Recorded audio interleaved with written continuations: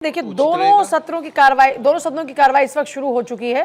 माननीय सदस्यगण, मुझे अत्यंत दुख के साथ हमारे 3 पूर्व साथियों के निधन के बारे में सूचित करना है।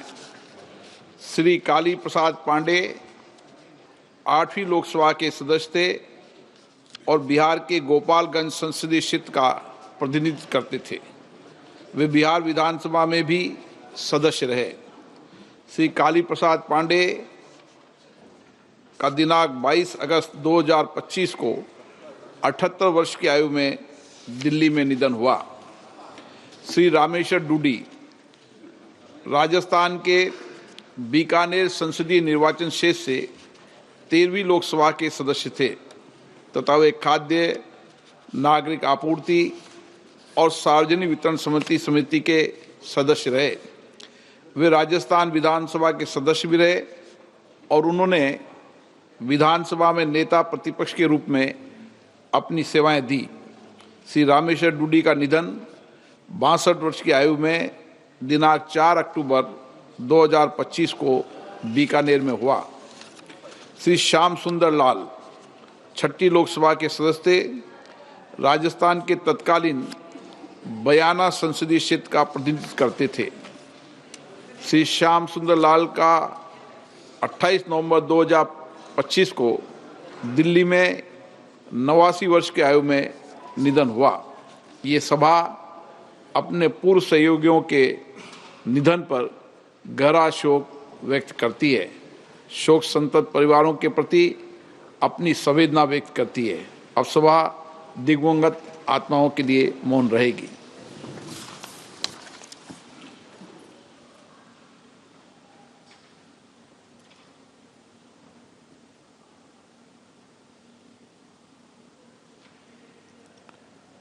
ओम शांति। प्रश्नकाल question number 41, question number 41 Shri Navcharan माझी।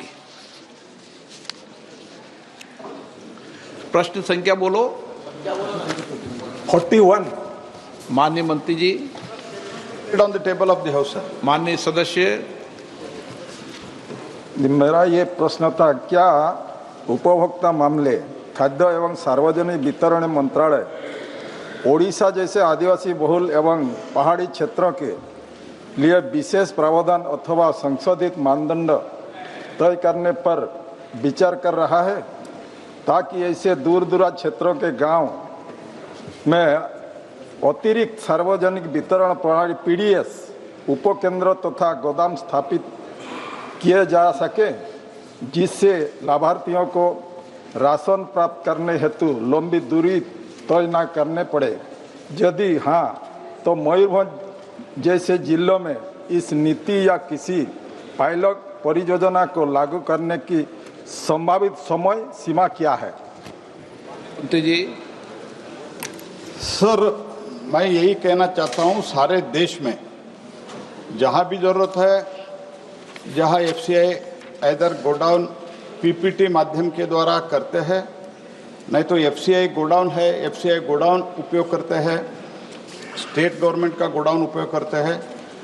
वो दूर दराज का इलाका हो और कहीं भी हो, पहाड़ी इलाका हो, सभी क्षेत्रों में हमारा नेटवर्किंग आज के दिन में परफेक्ट है। जहाँ भी अगर ज़रूरत है तो एफसीआई समय समय पर गोडाउन भी हायर करेगा और जो फेयर प्राइस शॉप अपॉइंटमेंट करना है, फेयर प्राइस शॉप को करना है, वो तो प्रदेश सरकार का काम है। हम तो पूरा टेक्नोलॉजी उपयोग करके हर एक व्यक्ति को प्रधानमंत्री गरीब कल्याण अन्न योजना में हर महीने 5 केजी रेशन इधर राइस और गेहूँ हम हर महीने परफेक्टली देने का काम मोदी जी के कालखंड में शुरू हो गया है और आगे भी बढ़ रहा है। माननीय सदस्य सप्लीमेंट्री। खाद्य एवं सार्वजनिक वितरण मंत्री यह बताएंगे कि सरकार यह सुनिश्चित करने के लिए तत्काल क्या कदम उठाएगी कि मेरे संसदीय क्षेत्र की सभी पात्र जनजातीय परिवारों जिनमें से अनेकों को बीपीएल सूचियों तथा अंत्योदय अन्न योजना AAY से गलत तरीके से बाहर रखा गया है। सही पहचान की जाए और उन्हें बीपीएल राशन कार्ड जारी किए जाएं तथा अंत्योदय अन्न योजना के अंतर्गत शामिल किया जाए। बी, औपचारिक रूप से बीपीएल AAY सूची में शामिल किए जाने तक ऐसे परिवारों को सब्सिडी वाले खाद्यान्नों की निर्बाध आपूर्ति के लिए क्या अंतरिम व्यवस्था की जाएगी और इन उपायों माननीय को सदस्य, जब तारांकित प्रश्न होता है, स्टार क्वेश्चन होता है, तब संक्षिप्त में प्रश्न पूछते हैं, 1 2 3 4 नहीं। धन्यवाद। माननीय मंत्री जी। सर, जो बेनिफिशियरी को डिसाइड करना है, बेनिफिशियरी को अंत्योदय अन्न योजना में हो, वो टारगेटेड पब्लिक डिस्ट्रीब्यूशन में हो, वो जो 5 केजी देते हैं, अंत्योदय अन्न योजना में हम हर व्यक्ति को 7 केजी देते हैं। उसमें जो कार्ड वितरण करना है, किसको कार्ड देना है, उसका काम राज्य सरकार करते हैं, लेकिन समय समय पर टेक्नोलॉजी के आधार पर जो इनएलिजिबल क्राइटेरिया जो है, एलिजिबल क्राइटेरिया वो स्टेट गवर्नमेंट डिसाइड करते हैं। अगर उसमें कुछ गलत दिखते हैं तो हम इधर टेक्नोलॉजी के द्वारा सर्वे करके स्टेट गवर्नमेंट को बताते हैं।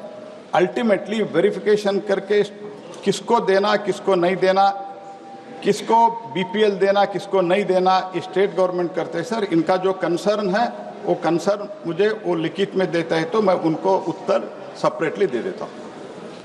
माननीय सदस्यगण, मैं माननीय सदस्यों से भी, माननीय मंत्रीगणों से भी आग्रह करता हूं, अगर हम माननीय सदस्य भी संक्षिप्त में प्रश्न पूछे, माननीय मंत्री महोदय भी संक्षिप्त में उत्तर दें, तो हम जो 20 क्वेश्चन लॉटरी में खुलते हैं, बहुत मुश्किल से खुलते हैं, तो सभी माननीय सदस्यों को प्रश्नकाल में अवसर मिल जाएगा। ऐसा आप सब मिलकर प्रयास करें, मेरा आग्रह है। श्रीमती रूप कुमारी चौधरी।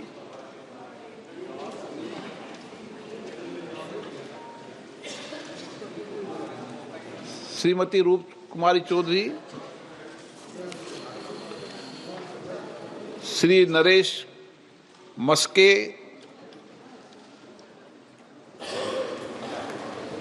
सर, हमारी सरकार हर साल नेशनल फूड सिक्योरिटी एक्ट पर लगभग 2 लाख करोड़ रुपए खर्च करती है। 2015 में शांता कुमार कमेटी ने पीडीएस कवरेज को 40% तक कम करने की सिफारिश की थी ताकि सब्सिडी को बेटर टारगेट किया जा सके। क्या सरकार पीडीएस कवरेज को रैशनलाइज करने और सब्सिडी को बेटर टारगेट करने के लिए शांता कुमार कमेटी जैसी सिफारिशों पर कोई ठोस कदम उठा रही है?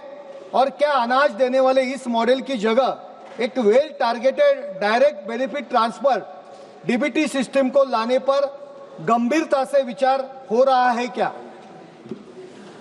बैठिए। नेशनल फूड सिक्योरिटी एक्ट के अनुसार 75% रूरल पॉपुलेशन, 50% अर्बन पॉपुलेशन, इन लोगों को हम फ्री में राशन बांटने का निर्णय माननीय प्रधानमंत्री जी के नेतृत्व में प्रधानमंत्री गरीब कल्याण अन्न योजना में हमने शुरू किया है, वो जारी है।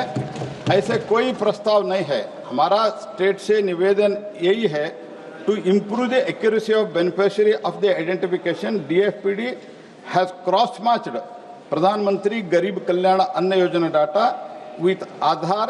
उसमें जो मर जाते हैं, मीन्स डेथ होता है, CBDT income tax, motor vehicle ownership, GSTN, MCA, ऐसे जो भी विषय है वो सब हम मैच करके स्टेट गवर्नमेंट को भेजते हैं। उसके एलिजिबिलिटी के क्राइटेरिया स्टेट डिसाइड करते हैं, उसके आधार पर वो डिसाइड करते हैं। हम 75% और 50% पे कोई भी चेंज आज के दिन में नहीं कर रहे हैं। श्री सप्तगिरी उल्का।